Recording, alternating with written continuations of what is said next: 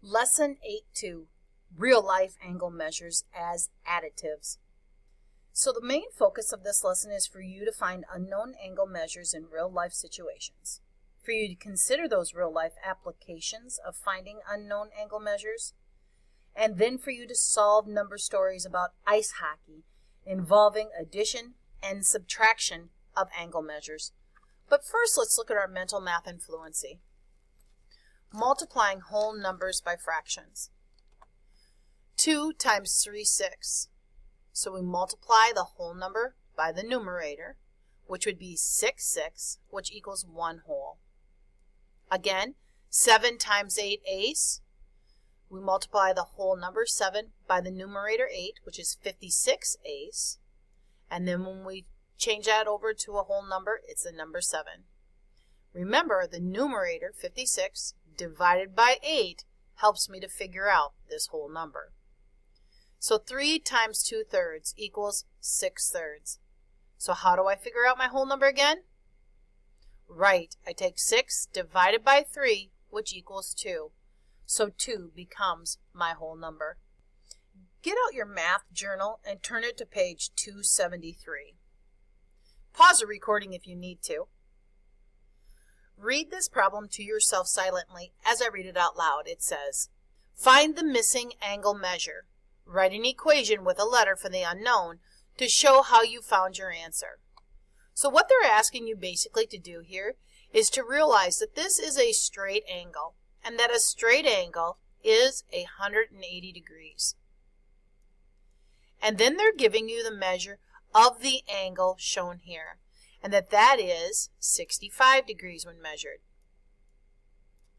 So in order to figure out what this angle, angle C, is, you need to take 180 minus 165 and you come up with 115 degrees. So my answer would be 115.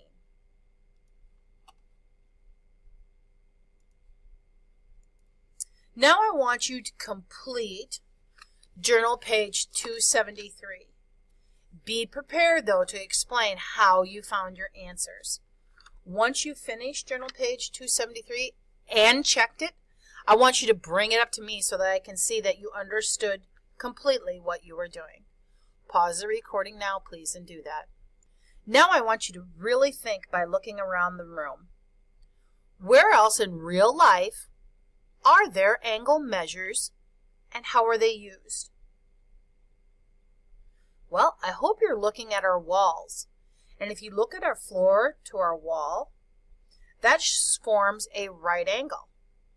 Or if you think strictly of just the ground, that's a straight 180 degree angle.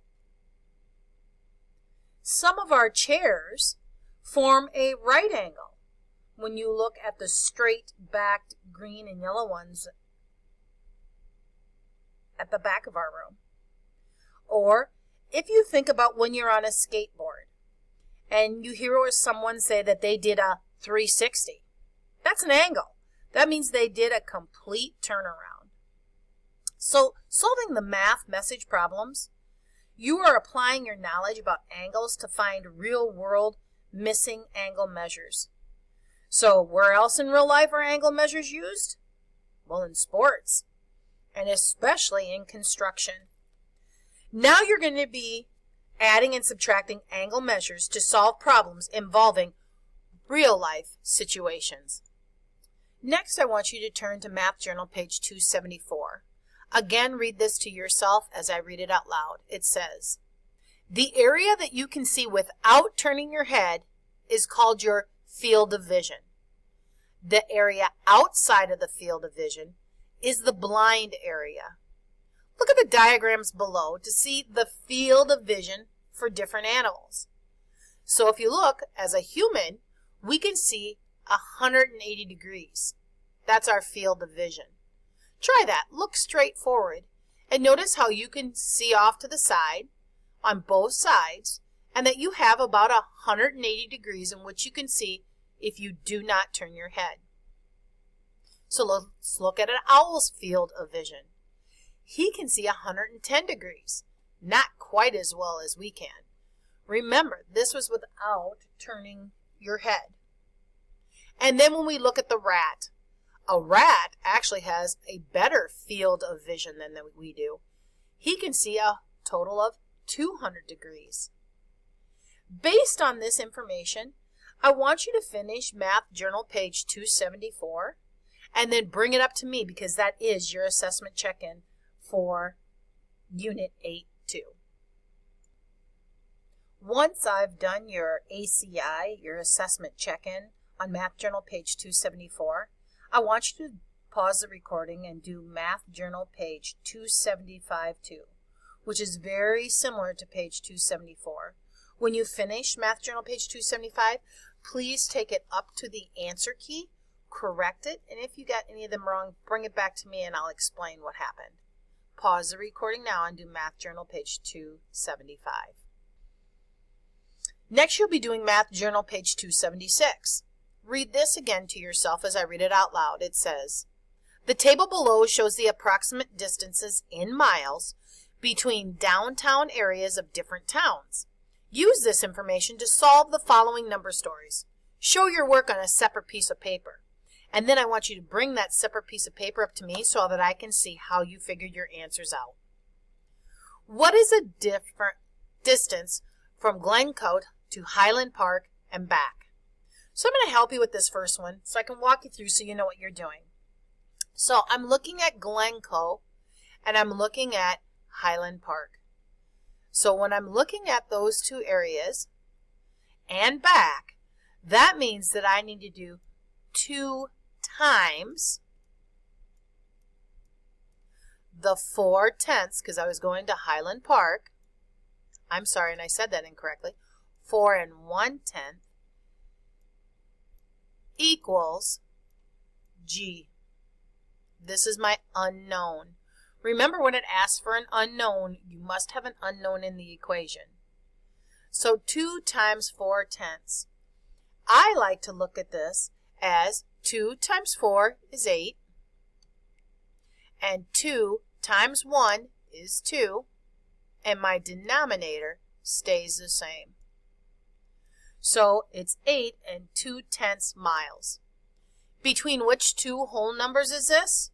Well, 8 is my first number, so that's the first whole number it can be. And my second whole number, since it's 2/10, means it's going to be between 8 and 9. Again, finish page 276, bring it back to me, let me see your work, and then continue on with the recording. Next, you're going to go to Math Journal page 277. Math box 1 is simply asking you to do some division problems. It doesn't specify what method you need to use, so you may use any method you would like. Traditional method, partial quotients, whatever you feel most comfortable with. Math box 2 is asking you to subtract some fractions, and notice that they all have like denominators, so that makes it a little easier for you. Math box 3 is adding whole numbers and fractions together for an answer. Math box 4 says, the race is 1,700 square yards long. The 4 runners on our team will each run the same distance. How many feet will each runner run? You're going to have to really be good with your division skills to figure that one out. Math box 5 is asking you to multiply. And again, Math box 6 is asking you to do larger multiplication numbers. Use whichever method you seem comfortable with. You can do traditional method, you can use lattice, you could use partial products, or you could use rectangular multiplication.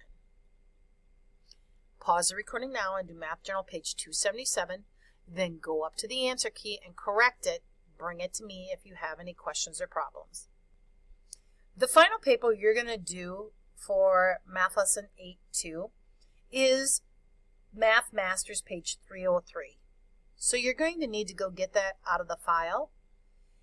It says that you need to find the missing angle measures for each problem and write an equation with a letter for the unknown to show how you found your answer. So again, even though this is kind of what I did for you before, I'm going to walk through the first one with you so you know for sure that you're doing it correctly. So when looking at number 1, it's showing you that you have 82 degrees and 83 degree angles here. So what's my equation going to look like? Well, it's going to be 82 degrees plus 83 degrees is going to equal, I'm going to say T. That's my unknown. So what is 82 plus 83? It's 165. When you get done doing problems 1 through 6, I want you to also make sure you do problems 7 through 10. Bring it up to me so that I can check it for you, and then you are done with lesson 8-2.